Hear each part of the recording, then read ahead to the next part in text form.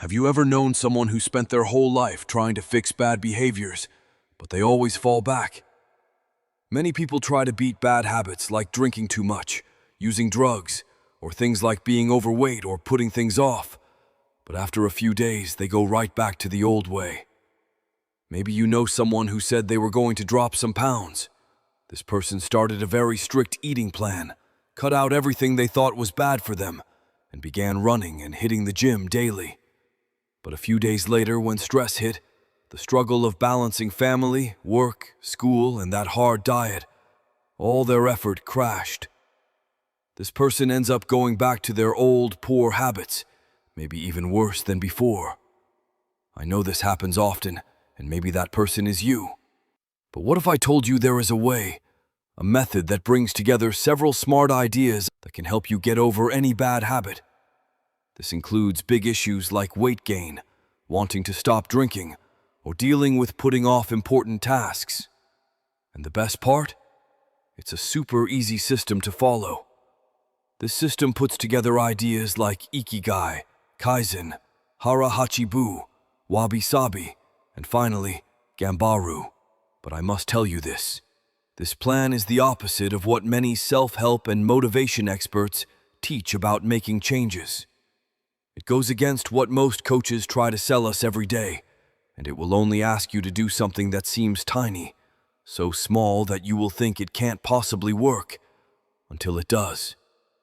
Before I show you exactly how this system works, please subscribe to this channel, give the video a thumbs up, and tell me in the comments which habit you want to change the most. But what I am about to teach you can be used for any part of your life. Thank you so much for watching. I send my love to everyone who follows me here. Now, let's get back to the video. Chapter 1. The Day Everything Changed. Today, I'm going to share the story of a man named Christopher. Christopher was 40 years old, weighed 142 kilos, and was slowly heading toward trouble without knowing it. He was a good person. For 15 years, he had worked as a manager in a supply warehouse. He woke up at 5 a.m. and got home at 7 p.m. He had 2 children, a wife, and bills to pay. He was a normal working-class guy who supported his family, but forgot to take care of his own body. His meals were whatever he could grab: breakfast in the car, lunch at his desk at work, and dinner in front of the TV because he was too tired to sit at the kitchen table with his family. Weekends meant pizza, beer, and the sofa. He felt he deserved it after all. He worked incredibly hard. His body started showing the first warning signs, but he ignored them. Climbing stairs wore him out. Tying his shoes became a big project. He had to sit down, hold his breath, and pull his stomach in. When his kids asked him to run around and play, he made up excuses. When his wife suggested a walk in the park, he was too exhausted. But do you know what hurt the most? It wasn't the number on the scale. It was the sad look in his 7-year-old daughter's eyes when she finally stopped asking him to play. She had learned that her dad just didn't play. Christopher saw this, felt it, and still did nothing because he had failed at changing before. He had joined the gym 3 times for 2 months each, but always quit. He followed a tough diet for 3 weeks but gave up. He tried to run in the morning for 5 days, but that stopped too. He had reached that dangerous point where most people stop fighting, accepting defeat. That's just how I am. I've always been heavy. It's my family genes. My body burns food slowly. I don't have time. Until his body finally said, "Stop." It happened on a Saturday morning. Christopher was in the backyard with his 9-year-old son. Well, he wasn't playing. He was sitting on a plastic chair watching the boy play catch by himself. His son kicked the ball too far, and it landed in the neighbor's flower bed. "Dad, can you grab it for me?" Christopher stood up. He walked to the edge of the flowers.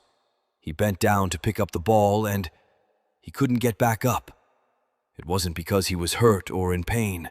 He simply did not have the power in his legs to lift his own weight. He was stuck on his hands and knees in his neighbor's garden, sweating, trying to rise, while his 9-year-old son watched quietly. The neighbor had to come out and help him stand up. This might sound strange to you, but believe me, many people go through these moments where they can't do simple, everyday things. That night, Christopher sat on the edge of his bed and cried. He cried because he was 40 and needed help to stand up.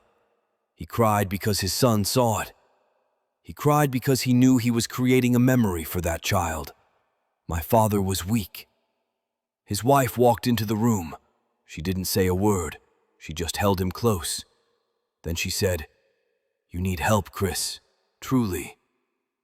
On Sunday morning, he called his only friend who had lost weight and kept it off, a guy named Marcus, who had dropped 30 kilos and looked totally different, not just skinnier, but better overall. "Marcus, I need help.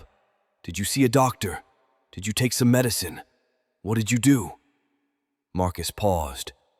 "I did see a kind of doctor, yes, but not the one you're thinking of. He didn't give me drugs. He gave me a way of thinking."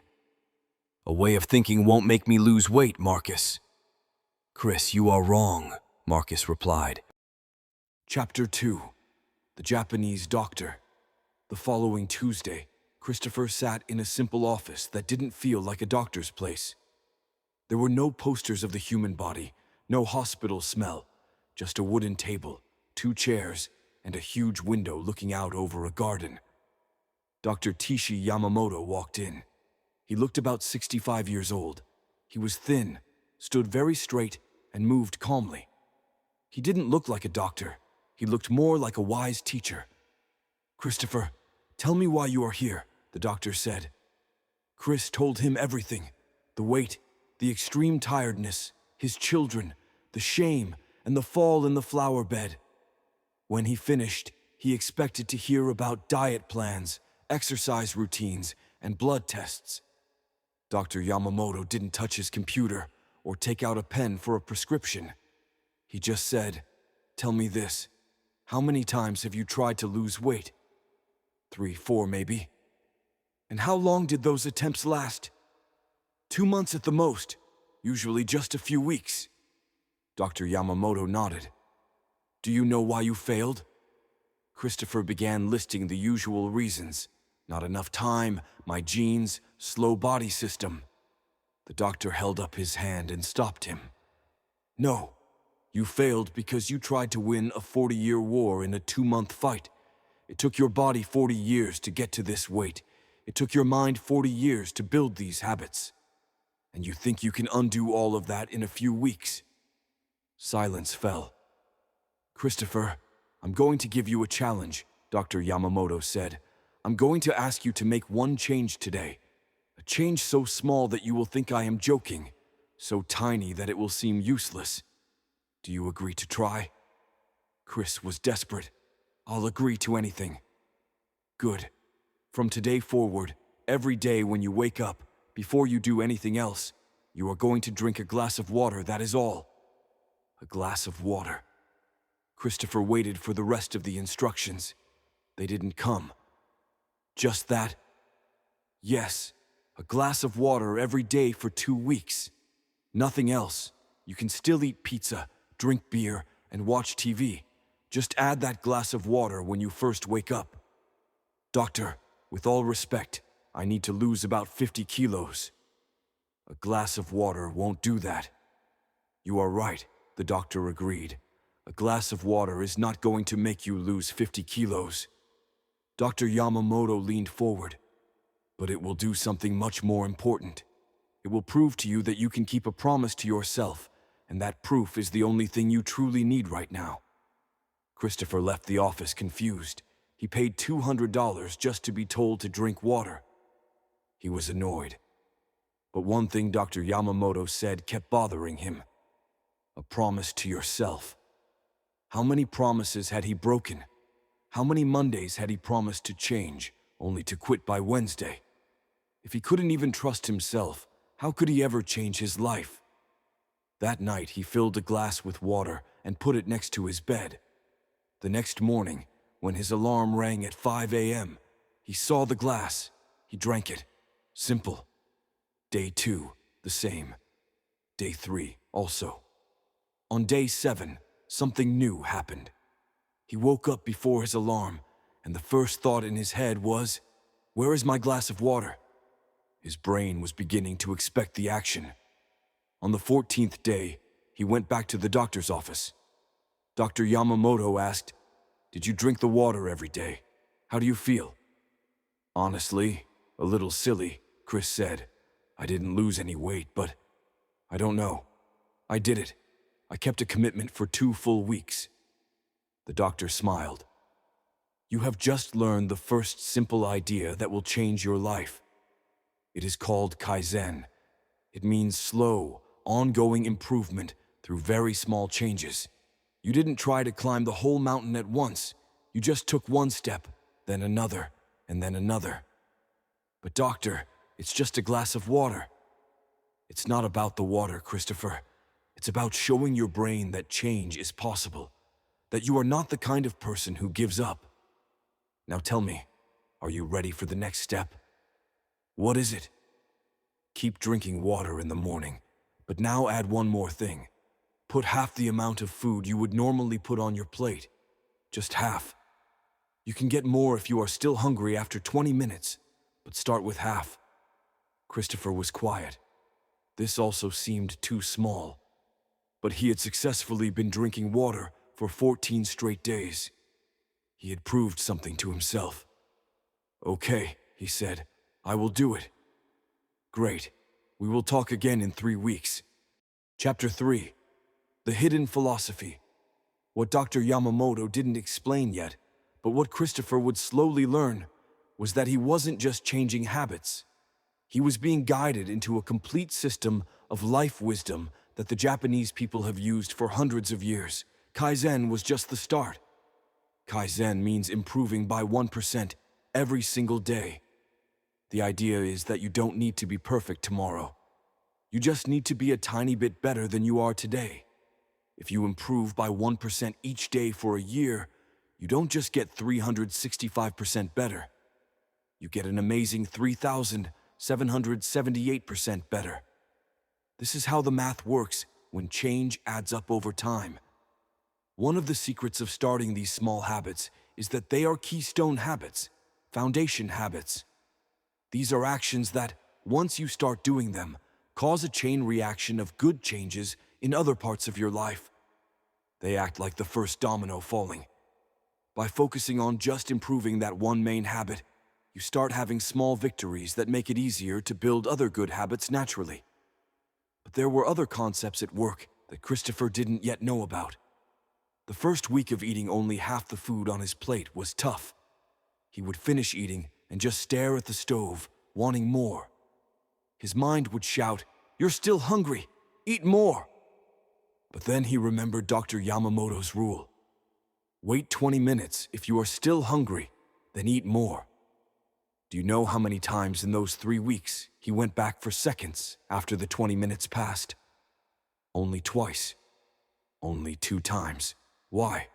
Because his body wasn't truly hungry. It was just used to being full. Dr. Yamamoto was teaching him about hara hachibu without saying the name yet. This is the simple rule from Okinawa, to eat until you are 80% full. The idea is that your stomach needs about 20 minutes to send the signal to your brain that it is satisfied.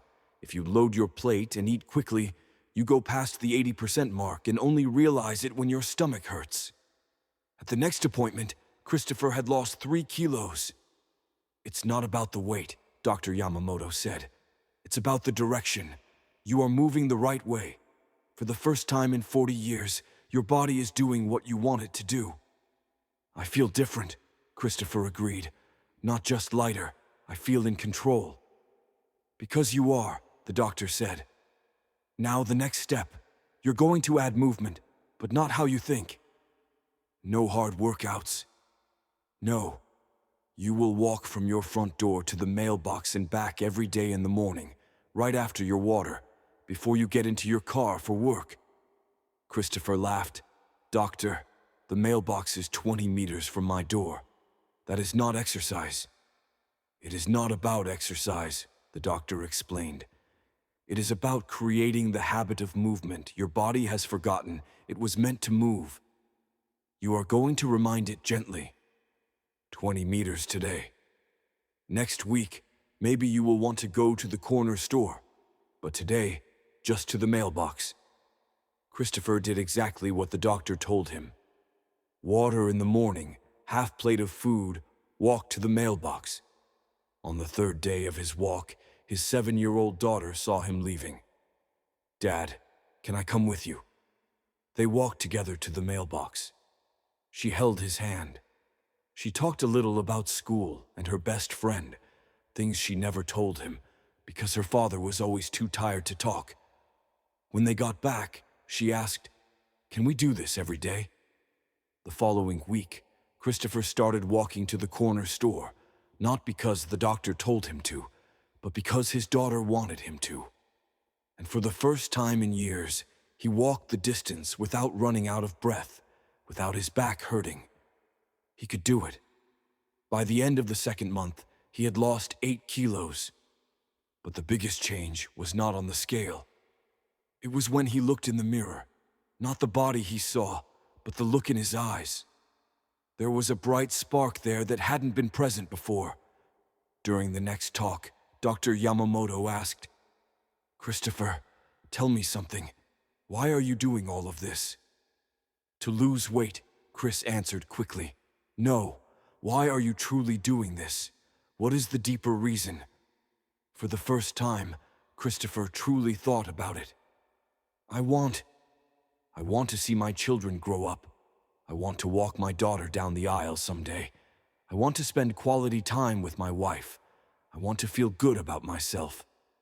Dr. Yamamoto nodded. "That is your ikigai, your reason for living." The Japanese believe everyone has an ikigai, a purpose. Your ikigai is not losing weight. It is being there for your family. Weight is just the obstacle between you and your purpose. That talk changed everything. Now, when Christopher didn't want to wake up early, he didn't think about water or dieting. He thought about his daughter holding his hand. When he wanted to fill his plate, he didn't think about calories. He thought about walking her down the aisle. Purpose is not the same as motivation. Motivation fades away. Purpose is a fuel that never runs out. Chapter 4. The First Slip. 3 months later, Christopher had lost 14 kilos. His clothes were starting to feel baggy. Co-workers asked him what he was doing. "Just making a few small changes," he replied. But then came Thanksgiving. You know how it is. A huge table loaded with food, turkey, mashed potatoes, all kinds of pie. The whole family was together, everyone piling up enormous plates. Christopher tried to put only half the food on his plate. His mother asked, "Is that all? Are you feeling sick?" His brother-in-law joked, "Man, it's Thanksgiving. Forget the diet for today." Social pressure is a quiet killer of change. Everyone wants you to go back to being the person you were, because your change makes them uncomfortable with their own lives. Christopher gave in. He filled his plate completely. He ate until he felt sick. He felt that terrible, heavy feeling of failure. That night he looked in the mirror and thought, "I messed up the streak, I'm going to quit, just like I always do." The next morning he didn't want to drink the water. He didn't want to walk. The old thought was rushing back. Since I already failed, why bother continuing? But then he remembered something Dr. Yamamoto had said that he hadn't fully understood at the time. You will fail, and when that happens, you will find out if you have truly changed. He picked up his phone and sent the doctor a text. "Doctor, I ate way too much yesterday. I ruined everything. I don't know if I can keep going." The reply came in 2 minutes. "Come to the office this afternoon."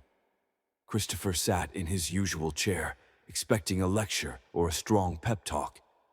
Dr. Yamamoto walked in, sat down, and simply said, "Tell me what happened." Chris explained everything.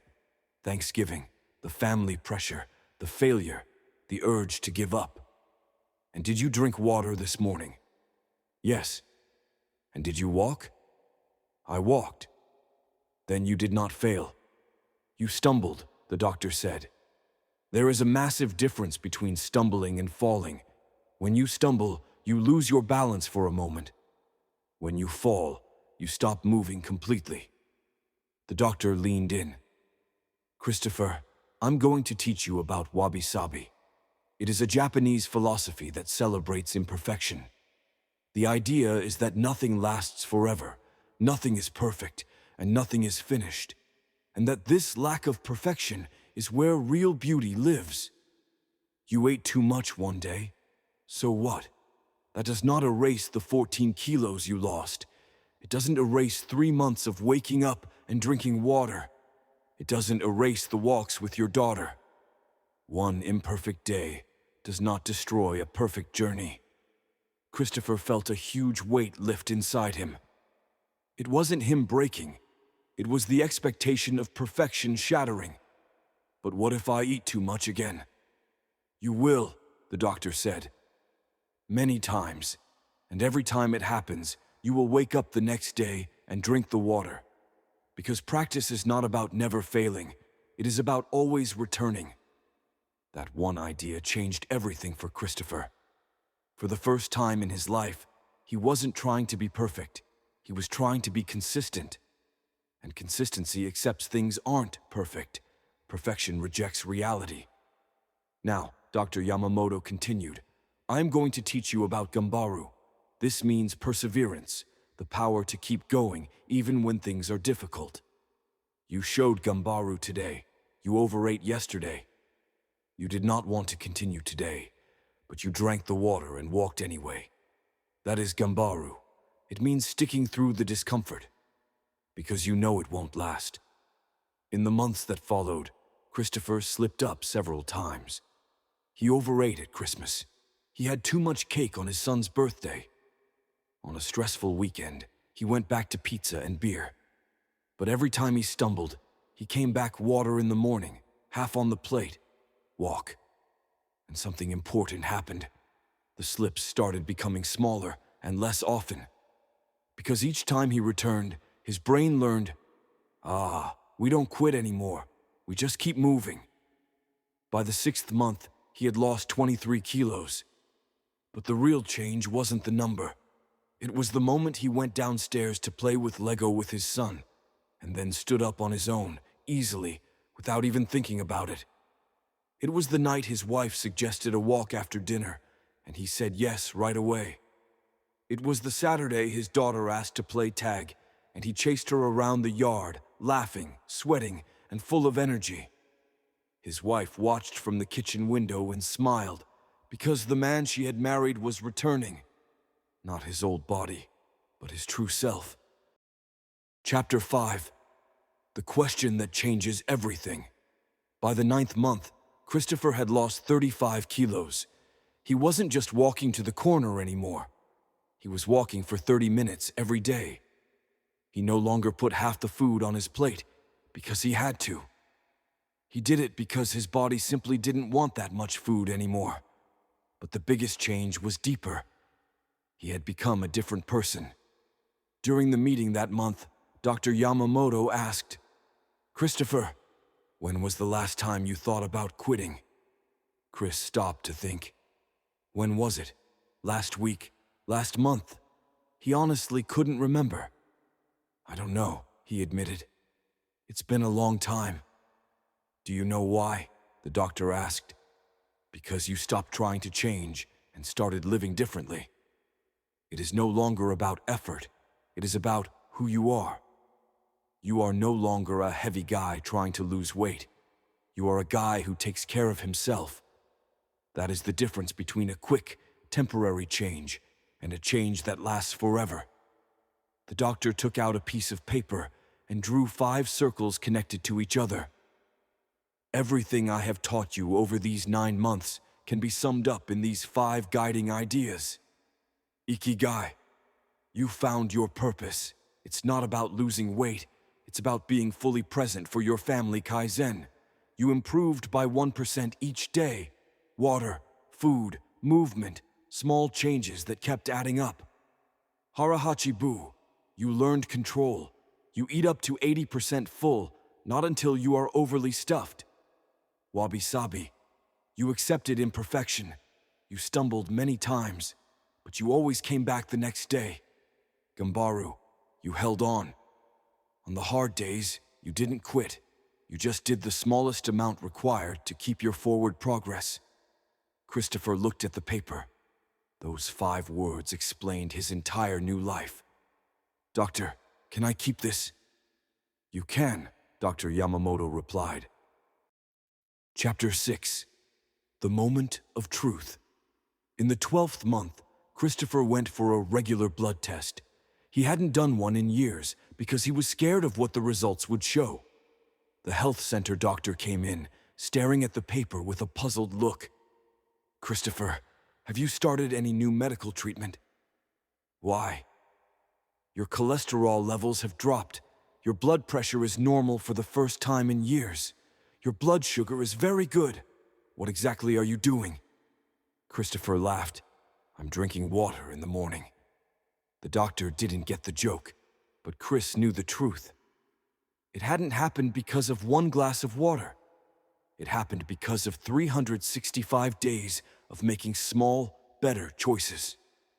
1 glass of water doesn't change your cholesterol, but 365 glasses of water, plus 365 plates with half the food, plus 365 walks, create a completely different body.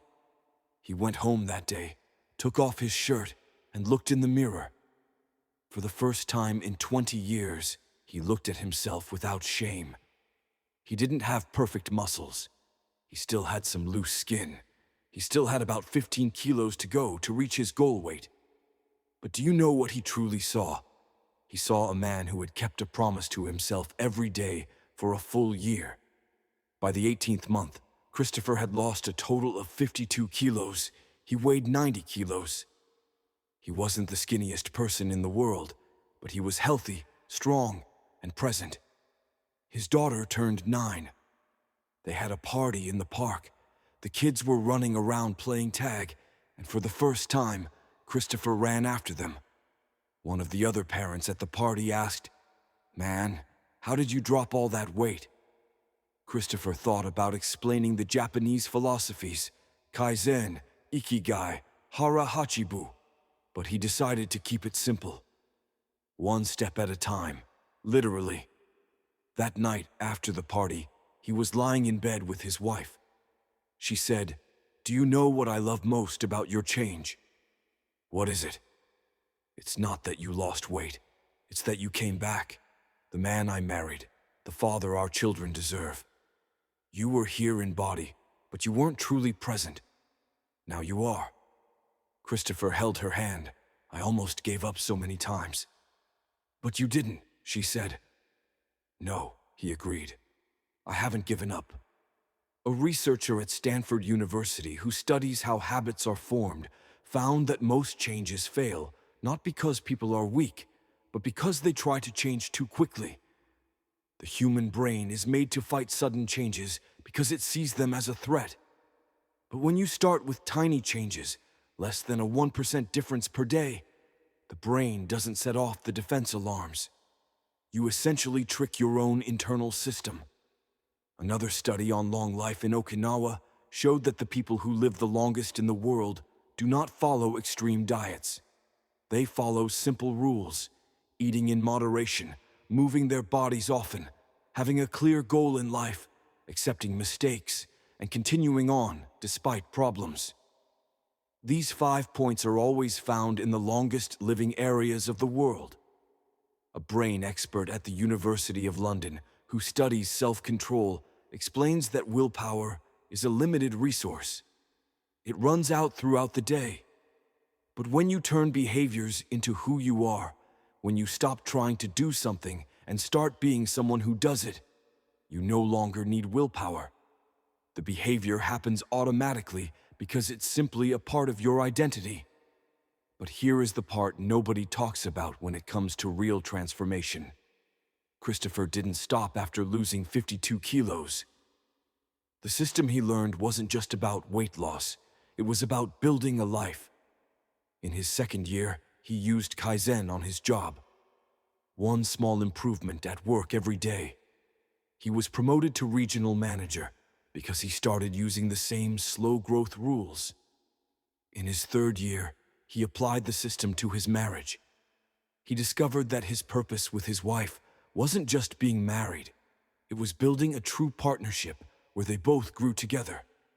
They started taking evening walks, having real talks, and planning for their future. His daughter is 12 now. The other day she said, "Dad, do you remember when you couldn't play with me?" "I remember." "Me too," Christopher said. "But you know what I remember most," she added. "The day you started walking with me to the mailbox. That's when I knew you were going to be okay." Christopher realized in that moment that his change hadn't been just for him. It had changed his whole family. Because when you change, you give silent permission for everyone around you to change too. His son, now 14, started waking up early to exercise without being told because he saw his father doing it. His wife started meditating because she saw that change was actually possible. Transformation isn't contagious. It is permissive. It grants permission. Chapter 7. The Complete System. 2 years after that first doctor's visit, Christopher weighed 88 kilos. He kept the weight off. He still drinks water every morning. He still walks every day. He still stops eating when he's 80% full, because that's simply who he is now. But the most amazing part? He now helps coach other people. People at work see his transformation and ask, "How did you do it?" And you know what he asks them? "Let me ask you something. What is the smallest change you can make today?"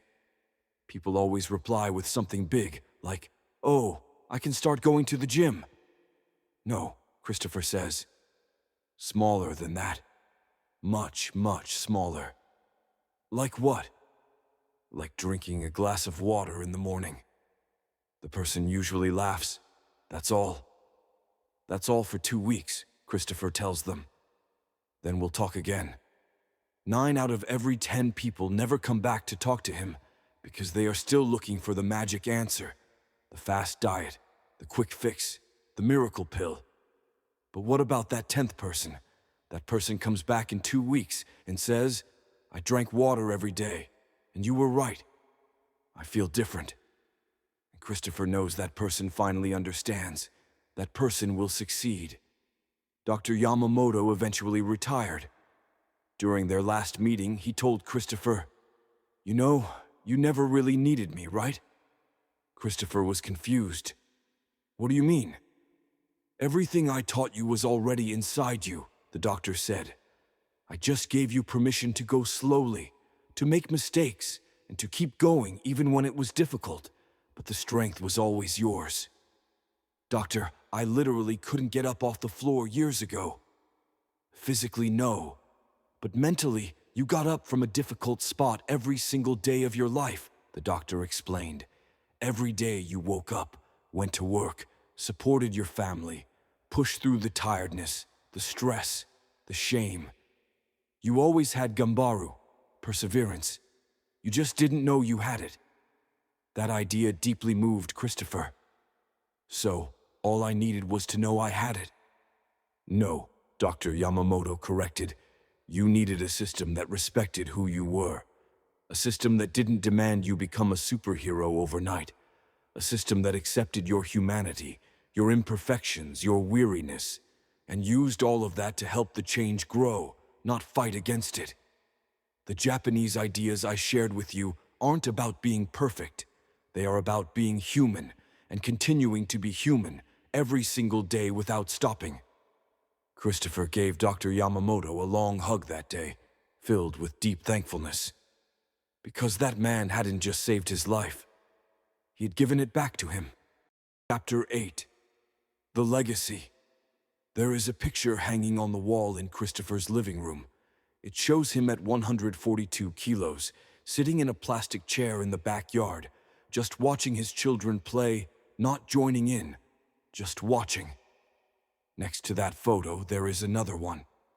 He is 88 kilos on the floor, building Lego with his son, his daughter laughing while jumping on his back. His wife took that second picture without him knowing. When he saw it, he asked, "Why did you take that photo?" She replied, "Because this is the moment I have been waiting for 10 years, the moment you came back." But do you know what the most important part of this whole story is? It's not that Christopher lost 52 kilos. It's not that he fixed his blood sugar problems. It's not that he got a promotion at work. His daughter, who is now 12 years old, recently told a friend at school, "My father is the most focused person I know." Why did she say that? Because she grew up watching him drink water every day, watching him walk every day, watching him stumble, fall, get back up, and keep going. She grew up seeing that change is not about strong feelings or motivation. It's about who you are. When she is 20, 30, or 40, and life gets difficult, she will remember. She will remember that her father proved that change is possible, one small choice at a time, one day at a time, forever. This is the true legacy. Not the body that changed, but the living proof that you can be the person you want to be. You just need the patience to build that person one tiny brick at a time. Now let me ask you something. You have watched this video all the way to the end. That means you are searching for something. Maybe it is losing weight, like Christopher. Maybe it is stopping another bad habit. Maybe it is just the feeling that you are not living the life you should be living. You might be thinking, "This won't work for me. My situation is different, harder, more complex." You are right. Your situation is different. But the system is the same. Because no matter what your bad habit or the life you want to change is, the problem is never a lack of information. You know you should eat better. You know you should move your body. You know you need more sleep, less drinking, and more presence. You already know all of this. The problem isn't knowing. The problem is doing. And you can't do it because you are trying to do everything at once. You are trying to become a brand new person tomorrow. You are trying to win a 20-year war in a 21-day battle. And every time you try, you fail. And every time you fail, you prove to yourself that you are not capable. And then that becomes your identity. I am a person who can't do it. I'm a person without strength. I am weak. But you are not. You are just using the wrong system. The system I shared here is not about fast change. It is about change that lasts forever. You don't need 30 days of transformation. You need 30 years of sticking with it, and sticking with it only happens when the action is simple enough to survive the difficult days. So, let me give you the same challenge Dr. Yamamoto gave to Christopher. Choose one change, the smallest one possible. So small that you will feel silly doing it. So small that it seems like it won't make any difference at all. A glass of water in the morning. 5 push-ups before bed. 1 minute of quiet breathing. Reading 1 page from a book. Anything. But it has to be so small that you cannot use an excuse to skip it, and do this for 2 weeks. Do not try to add anything else. Do not try to speed it up. Just do this one small thing every single day for 14 days, and when you reach day 14, you will have proven something to yourself. Not that you can lose weight or quit smoking, but that you can keep a promise to yourself. And that proof is the only thing you truly need. Because when you know you can keep a small promise, you know you can keep any promise. Then you add another small change, and another, and another. And before you realize it, you are a different person. Not because you tried hard to change, but because you built a new identity, one tiny choice at a time. It took Christopher a few years. Maybe it will take you 3. It does not matter, because the time will pass anyway. The question is, in 5 years, will you be in the same spot, looking in the mirror with shame? Or will you be looking in the mirror and seeing someone who kept every promise they made to themselves. Ikigai gives you purpose. Kaizen gives you a method. Hara Hachi Bu gives you control. Wabi Sabi gives you kindness for yourself. Gambaru gives you strength. You don't need them all at once. You just need to start with one thing today. And when you stumble, because you will, you do not quit. You just get back up. Because practice isn't about never falling. It is about always getting back up. If you enjoyed this content, if it helped you in any way, I invite you to comment below. What the smallest change you are going to make starting today is. Don't tell me your whole plan. Just tell me the first thing, the smallest one, the one you will do tomorrow morning. Because when you write it publicly, you have made a statement. You have turned an idea into a commitment. And public commitment is where change truly begins. I will try hard to read every single comment, and in 2 weeks, I will check back to see who followed through, who drank the water, who did the push-ups, who took the first tiny step toward becoming the person they want to be. You don't need to be perfect. You just need to start. If you have watched this far, thank you so much for your attention and your time. This proves you are truly ready for your transformation. See you in the next video. And remember, be present, walk with honor, and follow the path.